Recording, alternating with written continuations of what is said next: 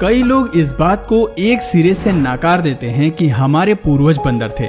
खैर, इस बात को अनदेखा करने का वाजिब कारण भी है। आखिर कौन मानना चाहेगा कि सड़क पर अजीबोगरीब हरकतें करने वाले ये जानवर हमारे रिश्तेदार भी हो सकते हैं। आखिर कौन कल्पना कर सकता है कि बिना शर्म लिहाज के लोगों का खाना छीनने वाले बंदर और चिंपैंजीज हमारे नजदीकी पूर्वज हो सकते हैं। सीधी भाषा में कहें तो गलती लोगों की नहीं बल्कि उस सोच की है जिसने ये बताया कि इंसान बाकियों से अलग हैं और धरती पर वो सबसे स्पेशल हैं। सबसे अलग और सबसे खास होने के विचार से ही अक्सर लोग ये सवाल पूछते हैं कि अगर हम बंदर से इंसान बने हैं तो आज भी बंदर क्यों हैं। सच कहें तो ये सवाल बिल्कुल ऐसा है जैसे अगर सांप आज भी है तो छिपकलियां क्यों हैं, टेट्रापोड्स हैं तो मछलियां आज भी समुद्र में क्या कर रही हैं, या फिर यूं कह लीजिए कि कुत्ते अगर भेड़ियों से विकसित हुए हैं तो भेड़िए की प्रजाति क्यों अस्तित्व में है। खैर, ज़्यादा कंफ्यूज होने की ज़रूरत नहीं है। आज की वीडियो में हम आपके सभी सवालों का जवाब देने वाले हैं और ये भी बताने वाले हैं कि आज के बंदर इंसान क्यों नहीं बनते। धरती पर सबसे अनोखा और सबसे इम्पोर्टेंट होने का विचार कितना सुहाना लगता है ना। शायद यही वजह है कि चार्ल्स डार्विन की ओरिजिन ऑफ स्पीशीज को लोग कभी समझ ही नहीं पाए। लोग अक्सर कहते हैं कि मानव का बंदर से इंसान बनने का विचार चार्ल्स डार्विन ने दिया। खैर, यह सच है कि कुदरत की एवोल्यूशन थ्योरी पर सबसे पहले उन्होंने ही बात की थी, लेकिन उन्होंने ये कभी नहीं कहा कि हम सीधे बंदर से इंसान बन गए। ये सच है कि प्राइमेट, चिंपैंजी, एप्स सब अलग अलग स्पीशीज हैं। अगर आप ह्यूमन डीएनए को बंदर के डीएनए से मैच करेंगे तो पाएंगे कि हमारा केवल 93% डीएनए उनसे मेल खाता है, जबकि चिंपैंजी से हमारा डीएनए 99% तक मिलता है। ये सुनने के बाद आप भी इस सोच में होंगे कि हमारे नज़दीकी पूर्वज बंदर ना होकर चिंपैंजी रहे होंगे और हम सीधे उन्हीं से इवॉल्व हुए होंगे, लेकिन आपकी ये सोच सरासर गलत है। हम ना तो चिंपैंजी से विकसित हुए हैं और ना ही हमारा एवोल्यूशन पूरी तरह बंदर से हुआ है। एवोल्यूशन की प्रक्रिया में बंदर और चिंपैंजी हमसे जुड़े हुए जरूर हैं, लेकिन हमारा रिश्ता इस प्रजाति से बहुत दूर का रहा है। आप जरूर सोच रहे होंगे कि भला ये कैसी बेतुकी बात है। जब हमारा डीएनए चिंपैंजी से मेल खाता है तो फिर हमारा इवोल्यूशन उनसे अलग कैसे हो सकता है। तो चलिए इस पेचीदा बात को हम एक एग्जाम्पल की मदद से समझाते हैं और आपको एक बर्ड के एवोल्यूशन की कहानी सुनाते हैं। इसे गौर से सुनिएगा, क्योंकि चार्ल्स डार्विन ने भी इसी कहानी के जरिए दुनिया को एवोल्यूशन की कहानी समझाई थी। सालों की मेहनत के बाद उन्होंने फिंच बर्ड की थ्योरी दुनिया के सामने रखी थी और इसी थ्योरी ने विज्ञान जगत में तहलका मचा दिया था। बात करें फिंच बर्ड की तो डार्विन ने अपनी किताब के जरिए दुनिया को बताया कि 2 मिलियन साल पहले फिंच बर्ड के अस्तित्व की शुरुआत हुई। ये नन्ही सी चिड़िया अपने शुरुआती दौर में जितनी प्यारी थी उतनी ही मासूम। सबसे अनोखी बात थी कि धरती पर इसकी एक ही स्पीशीज मौजूद थी और ये एक ही जगह तक सीमित थी। दूसरी हैबिटेट का ज्ञान इसे अभी नहीं था, लेकिन संख्या बढ़ने के साथ साथ अब इन्हें और ज्यादा भोजन खाने की जरूरत थी। ऐसे में दूसरे द्वीपों पर माइग्रेट होना ही बेस्ट ऑप्शन था। इसलिए फिंच बर्ड 3 ग्रुप में बंट गई। एक ग्रुप माइग्रेट हुआ आइलैंड ए पर, जबकि दूसरे ग्रुप ने आशियाना बनाया आइलैंड बी को, और जो बची वो हमेशा के लिए आइलैंड सी पर ही रह गईं। ये वो बर्ड्स थी जिन्होंने अपने घर को नहीं छोड़ा और वो अपनी बर्थ प्लेस पर ही टिकी रहीं। माइग्रेट करने वाली फिंच बर्ड्स के दोनों ही ग्रुप ने अपने आप को नए वातावरण में ढालना शुरू किया। वहाँ उन्होंने अपने लिए घर बनाने और भोजन तलाशने की प्रक्रिया शुरू की। दोनों ही द्वीपों पर रहन सहन, खाने पीने के तरीके में बदलाव था। जाहिर सी बात थी कि आइलैंड ए का तापमान, इकोसिस्टम और हैबिटेट आइलैंड बी से बेहद अलग था। ए आइलैंड में खाने के लिए जो उपलब्ध था वो बी आइलैंड में उपलब्ध नहीं था। सीधी भाषा में कहें तो ए आइलैंड में फल ज्यादा मात्रा में थे, जबकि आइलैंड बी में बग्स, इंसेक्ट्स मौजूद थे। ऐसे में आइलैंड ए पर रहने वाली फिंच बर्ड्स में फलों को खाने के लिए हार्ड और लंबी चोंच का विकास हुआ और आगे चलकर इन फिंचेस को लॉन्ग बिक फिंच बुलाया गया। जबकि कीड़ों को खाने के लिए एक बड़ी चोंच की जरूरत नहीं थी, लेकिन मजबूती जरूर चाहिए थी। इसलिए आइलैंड बी पर रहने वाली फिंचेस की चोंच छोटी ही रही, लेकिन वो काफी मजबूत हो गई। इन फिंचेस को शॉर्ट बिक फिंचेस का नाम दिया गया। अपने अपने इलाके में सरवाइव करने के लिए दोनों ही बर्ड्स अलग अलग तरह से इवॉल्व हुई। शुरुआती दौर में फिंचेस को कई मुश्किलों का सामना करना पड़ा। इन द्वीपों के हालात उनके पुराने आशियाने से अलग थे लेकिन मुश्किल हालातों में सरवाइव करने के लिए इन दोनों ने खुद को इवॉल्व कर लिया। अब धरती पर फिंचेस की 3 तरह की प्रजातियां मौजूद थी।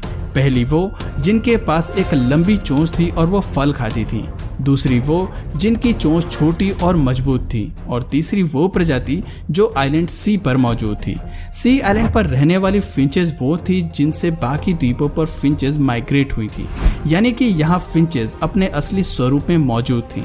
आप ये भी कह सकते हैं कि सी आइलैंड में रहने वाली फिंचेस से हमें 2 नई स्पीशीज मिली जो अपने अपने हिसाब से इवॉल्व हुई। इसके बारे में ये नहीं कहा जा सकता कि दोनों फिंचेस एक दूसरे से इवॉल्व हुई।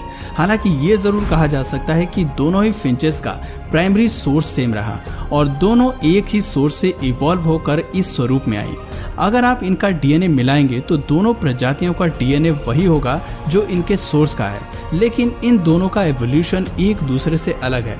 ऐसे में हम इन्हें एवोल्यूशनरी कजन्स का दर्जा दे सकते हैं। ये एग्जाम्पल केवल फिंचेस पर ही नहीं बल्कि इंसानों पर भी लागू होता है। ये कहानी हमने आपको इसलिए सुनाई ताकि आप एवोल्यूशन को अच्छे से समझ सकें। डार्विन द्वारा दी गई ये थ्योरी दुनिया में सभी जीवों के एवोल्यूशन को समझाती है। जैसे कि सांप और छिपकली के एवोल्यूशन का सोर्स एक ही माना जाता है। भेड़िए और कुत्ते भी एक ही सोर्स को शेयर करते हैं। खास तौर पर बात करें इंसान की तो ये कहना बिल्कुल गलत है कि इंसान चिंपैंजी या फिर बंदर से इवॉल्व हुआ है। ना तो हम किसी बंदर से इवॉल्व हुए हैं और ना ही उनसे अलग हुए हैं। असल फैक्ट तो ये है कि बंदर और चिंपैंजी हमारे एवोल्यूशनरी कजन्स हैं। यहाँ हमारा और उनका प्राइमरी सोर्स एक ही है और इसीलिए हमारा डीएनए भी कई मायनों में उनसे मेल खाता है। लेकिन इसका ये मतलब कतई नहीं है कि इंसान चिंपैंजी से ही इवॉल्व हुआ है या आगे चलकर चिंपैंजी या बंदर इंसान बनने वाले हैं। अगर आप आस लगाए बैठे हैं कि जल्दी ही आपको धरती पर चिंपैंजी इंसान बनते दिखने वाले हैं तो ऐसा कुछ भी नहीं होने वाला है। अब सवाल आता है कि अगर चिंपैंजी हमारे इवोल्यूशनरी कजन्स हैं तो वो कौन सा सोर्स रहा होगा जिससे हम अलग हुए होंगे। ये जानने के लिए चलिए इतिहास में पीछे चलते हैं। रिपोर्ट्स बताती हैं कि इंसान और चिंपैंजी ने लाखों साल पहले एक ही सोर्स में विकसित होना शुरू किया था और वो सोर्स थे होमिनिडाई। कहा जाता है कि ये प्रजाति हमारी साझा पूर्वज थी। शरीर से ये बंदर और इंसान दोनों ही तरह के दिखाई देते थे। ज्यादातर समय पेड़ पर रहने के अलावा ये झुक कर चलती थी। ऐसा इसलिए भी क्योंकि इनके पास लंबे हाथ थे। हालांकि इनकी सटीक शारीरिक बनावट कैसी थी वो आज भी हम नहीं जानते, लेकिन एक बात तो साफ थी कि इंसान और चिंपैंजी को एवोल्यूशनरी कजन्स बनाने का काम इसी प्रजाति ने किया था। आज हम होमिनिडाई को अपने ग्रेट ग्रेट ग्रेट ग्रैंडफादर का दर्जा दे सकते हैं क्योंकि इस जीव से 2 स्पीशीज अलग हुई। पहली थी होमिनिडाई और दूसरी को नाम दिया गया था हाइब्लोबैटिडाई। इन दोनों जीवों में फर्क केवल नाम का था। होमिनिडाई के रूप में हमारी नाक अंदर की तरफ इवॉल्व हुई जो धूल और मिट्टी और स्मॉल पार्टिकल्स को रोक सकती थी, लेकिन हाइब्लोबैटिडाई की नाक बाकी बंदरों जैसी ही थी। होमिनिडाई हमारे great great great great great grandfather हुए जो होमो सेपियंस के विकास के लिए जिम्मेदार थे, जबकि हाइब्लोबैटिडाई से आगे चलकर गिबॉन का विकास हुआ जो आज भी बंदर जैसे दिखाई देते हैं। बात करें होमिनिडाई की तो इस स्पीशीज में कई बदलाव और डिविजन्स हुए। इसी प्रजाति में होमिनिनाई और पोंगिनाई का डिवीजन हुआ। पोंगिनाई से उत्पन्न हुए पोंगो जो पेड़ पर रहने वाले एप्स की तरह दिखाई देते थे, जबकि होमिनिनाई बने हमारे करीबी पूर्वज जिन्हें हम अपने great great great great great grandfather का दर्जा देते हैं। हमारे ये पूर्वज एक बड़े लंगूर की तरह दिखाई देते थे। इनके शरीर पर लंबे लंबे बाल थे। कुछ होमिनिनाई पेड़ पर ही रहना चाहते थे, जबकि बाकियों ने विकसित होकर जमीन पर चलना शुरू कर दिया था। ऐसे में होमिनिनाई से 2 डिवीजन हुए। पहले डिवीजन से बने होमिनिनी जो जमीन पर चलना सीख गए थे और इनके बदन पर बाल भी कम थे, और दूसरी बनी गोलिनी जो अब भी पेड़ पर ही रहना चाहते थे।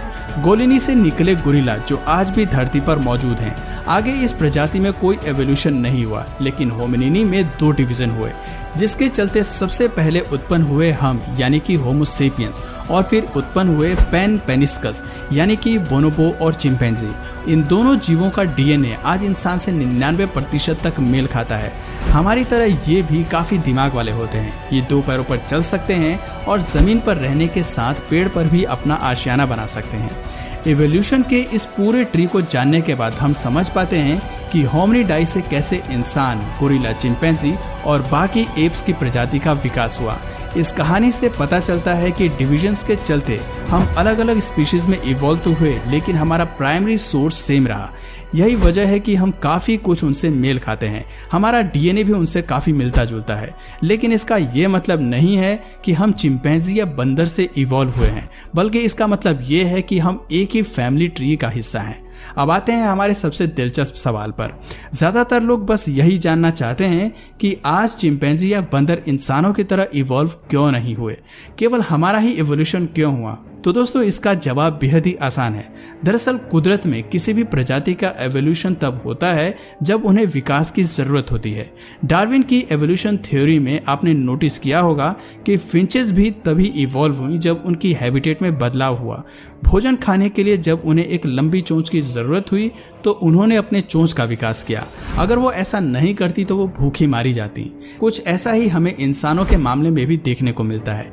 इंसान इवॉल्व इसलिए हुए क्योंकि उन्होंने पेड़ से नीचे उतरकर जमीन पर चलने का रास्ता अपनाया, जबकि गोरिल्ला और चिंपैंजी को ऐसा करने की जरूरत महसूस नहीं हुई। उन्होंने अपनी पुरानी कंडीशंस में रहना ही बेहतर समझा। जब वो पेड़ और घने जंगल में मजे से जिंदगी बिता रहे थे, तब इंसान अफ्रीका के मैदानी क्षेत्रों में फैल गए। भोजन के लिए इन्होंने ज़्यादा समय सतह पर बिताना शुरू किया और इसीलिए ये दो पैरों पर चल पाए। इस फीचर के विकास के साथ ही इंसान कैसे आगे इवॉल्व हुआ, ये कहानी हम आपको ऑलरेडी पिछली वीडियो में बता चुके हैं। पर अगर फिर भी आपको इस एवोल्यूशन की प्रोसेस को और अच्छे से समझना है तो प्लीज़ कमेंट में इसका पार्ट 3 ज़रूर लिखिए। मैं इसका पार्ट 3 भी ज़रूर बनाऊंगा और वो भी बहुत डिटेल में। तो दोस्तों, आज की वीडियो में बस इतना ही। उम्मीद करता हूँ आपके सभी सवालों का जवाब इस वीडियो में मिल गया होगा। तो अगर इस वीडियो से आपको कुछ नया जानने या सीखने को मिला या फिर इंटरेस्टिंग लगा तो प्लीज़ इस वीडियो को एक लाइक करके अपने फ्रेंड्स और फैमिली में से ज़रूर शेयर करें। और यदि आप इस चैनल पर नए हैं तो प्लीज़ इस चैनल को सब्सक्राइब करके बेल नोटिफिकेशन आइकन को ऑन कर लीजिए ताकि हमारे आने वाले वीडियोज़ आप मिस ना करें। मिलते हैं फिर किसी वीडियो में नए टॉपिक के साथ। तब तक के लिए नमस्कार।